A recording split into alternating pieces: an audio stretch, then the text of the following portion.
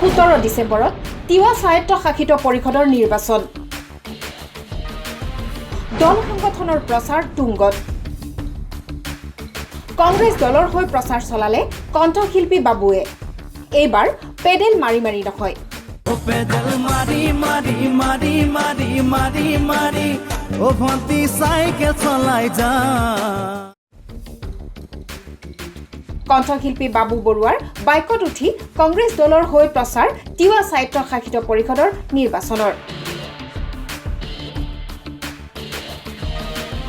জাগিৰোডৰ নৌখোলা বিহুবৰী আৰু চহৰী সমষ্টিত নিৰ্বাচনী প্ৰচাৰত অংশগ্ৰহণ কৰে কণ্ঠশিল্পীগৰাকীয়ে তিৱা স্বায়ত্তশাসিত পৰিষদত এইবাৰ জাগিৰোডৰ 7টা সমষ্টিত কংগ্ৰেছ দলৰ জয় নিশ্চিত বুলি দাবী বাবুৰ